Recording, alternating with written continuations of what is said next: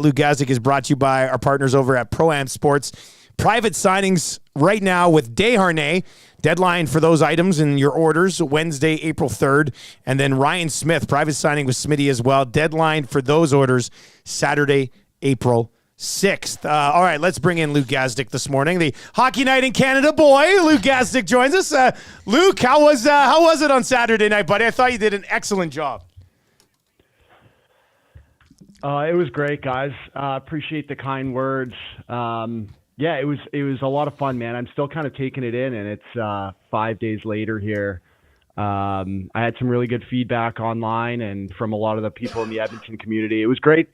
It was great that I walked right into Leafs Oilers. I think that really helped. The storyline kind of fit me growing up here in Toronto and obviously spending my NHL time with Edmonton. So it was pretty surreal getting to sit at the desk and sitting across from Ron and getting to snap it around with BX. Honestly, it was a lot of fun. I'm glad I got to take part in it and hopefully some more to come.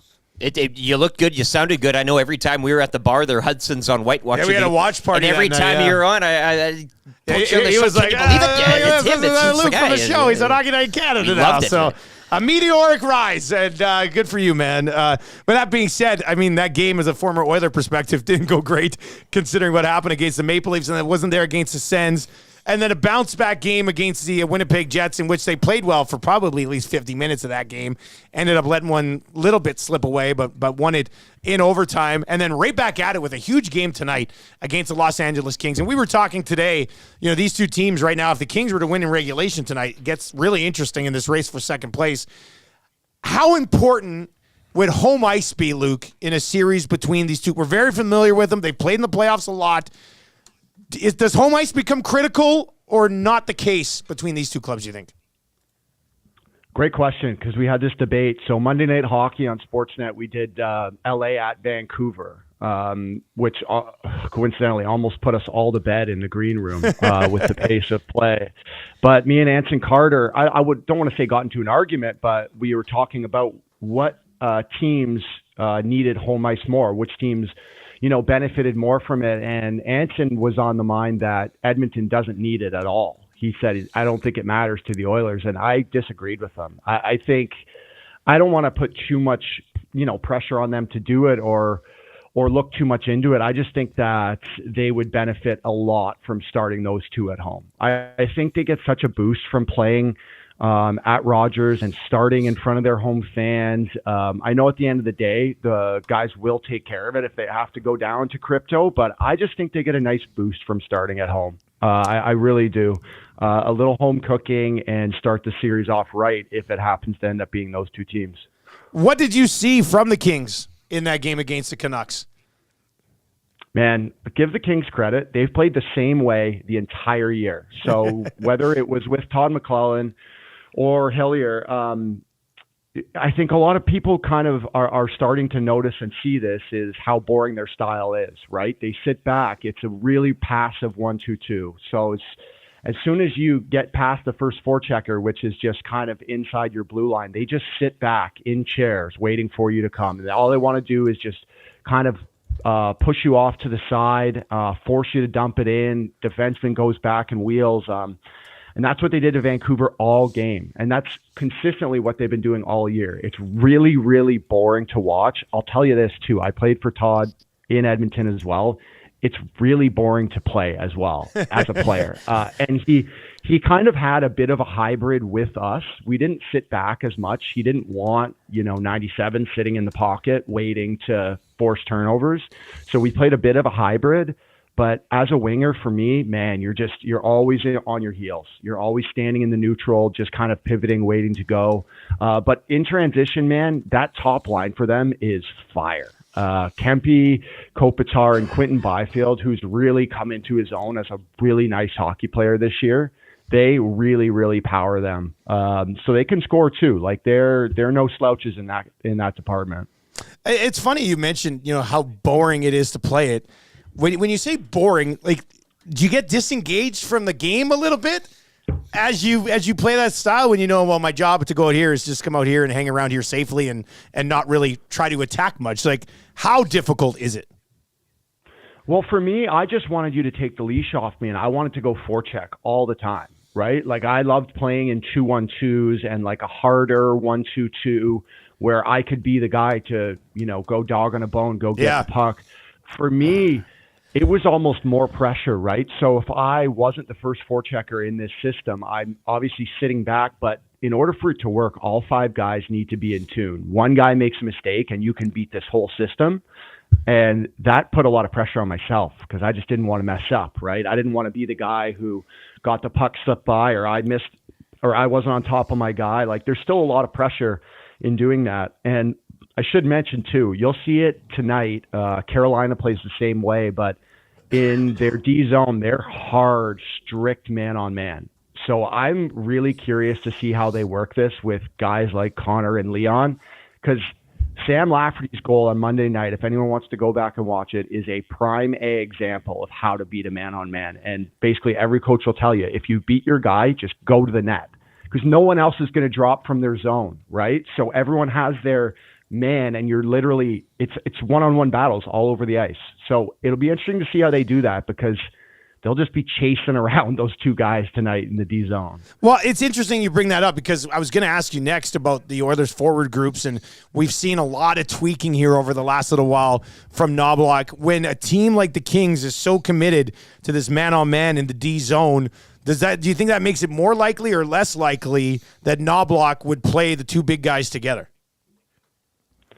Ooh, good question. I think, good one. I think he keeps them apart. Yeah. I think you keep them apart. I think it's more options and more weapons that they can go with. It'll be interesting to see when he goes back to it, if he keeps them apart, but that's a good question. I would probably keep them apart more so for matchups. I think they'll want Deneau versus McDavid tonight, so I'll see if Nobbs lets that happen with last change, but I would keep them apart personally, Dusty. Former Oiler analyst on Sportsnet and host of the Mitsoff Pod, Luke Gazdick, joining us this morning. Luke, I just wanted your thoughts as we turn from the Oilers to the wild card races, both in the East and the West. I know you've been on this program and talking about those teams in the East, such as the Red Wings or the Devils or the Caps, and maybe not giving them too much credit. The Lightning right now, 87 points, occupying that top wild card spot, 8-1-1 in their past 10. The Predators, I mean, what can you say about them? 8-0-2. They've won 6 in a row. The point streak is up there flirting with the 20s. And then you got the Golden Knights as well, sitting on 86. I guess the question would be, out of the wild card teams, which one would you want to avoid the most heading into the postseason right now? Or are there any others that may make that list in terms of the Blues or the Wild? But Preds, Lightning, who's going to be the toughest out in that wild card spot? So out of the East, which I follow a lot here living in Toronto, Toronto is about to slip into that wild card spot, which I think people are making a big deal of. But if I'm the Leafs, I would rather play the Rangers than Boston or Florida, 100%. I think they match up against them better. They just have, Boston has the mental edge over those guys. In the East, I don't want to play Tampa. I would be avoiding Tampa at all costs. Playoff Vasilevsky and the Heat are there on right now, 7 of the last 8, and the only loss was against LA and in overtime.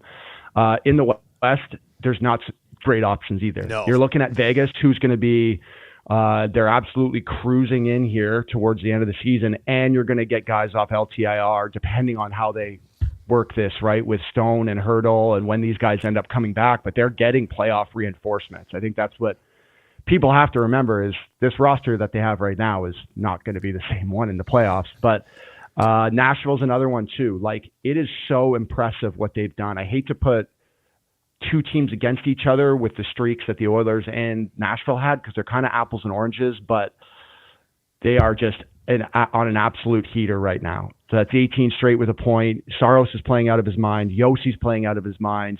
All teams I are just getting hot at the right time. The West is a tough one, because I don't know if you want to play either of those 2. I could be sensing a little maybe first-round upset looking at the Vancouver Canucks, looking right at you. I know the Canucks. We've been waiting for the Canucks to fall off This all could year. be it. They haven't. And then they get to the playoffs, and congratulations! Here's the Nashville Predators, who haven't lost in regulation in 2 months. And you bring up, it's the same thing I've been doing. Like, UC Saros have been phenomenal recently. Roman Yossi's just a stud. I feel like I'm selling the forward group a little bit short for the Nashville Predators because those guys have been cranking it up a notch as well. Forsberg scored his 40th the other night. Yeah, and I made this point at the beginning of the year, or even earlier than that, when they signed Ryan O'Reilly and Luke Schenn. I think it just goes to show how much a couple veterans can really rub off in your dressing room. Ryan's a guy I played junior hockey with and know well, and wherever he goes, the team gets better. Like everywhere he plays, the guys around him get better, and I don't want to discredit Gustav Nyquist and Philip Forsberg, but Forsberg has the quietest 40-goal season, I think, going right now. And Gustav Nyquist isn't like a premier first-line left winger. So he just makes everyone around him better. I think they're getting efforts from guys like Jankowski and Novak and my old Gulls teammate Kiefer Sherwood, who's got a couple tucks on the year. Zucker was a great pickup for them. It's by committee, right? They're just doing this by committee. They play good team system, and they don't give up a ton. And that Swedish meatballs line, I mean, that is one of the Ryan O'Reilly, me and my Swedish meatballs. It's a good, great handle. I like that. That's good. Hey, before I let you go, opening day for the Toronto Blue Jays. Are you a baseball guy, Luke, at all? Oh, yeah, I already got my tickets, buddy. So I'm not going opening night.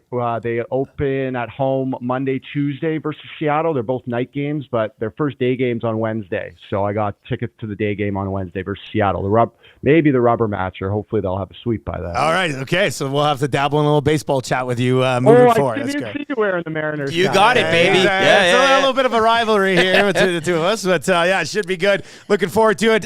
Luke, would you know when you're on Hockey Night in Canada again?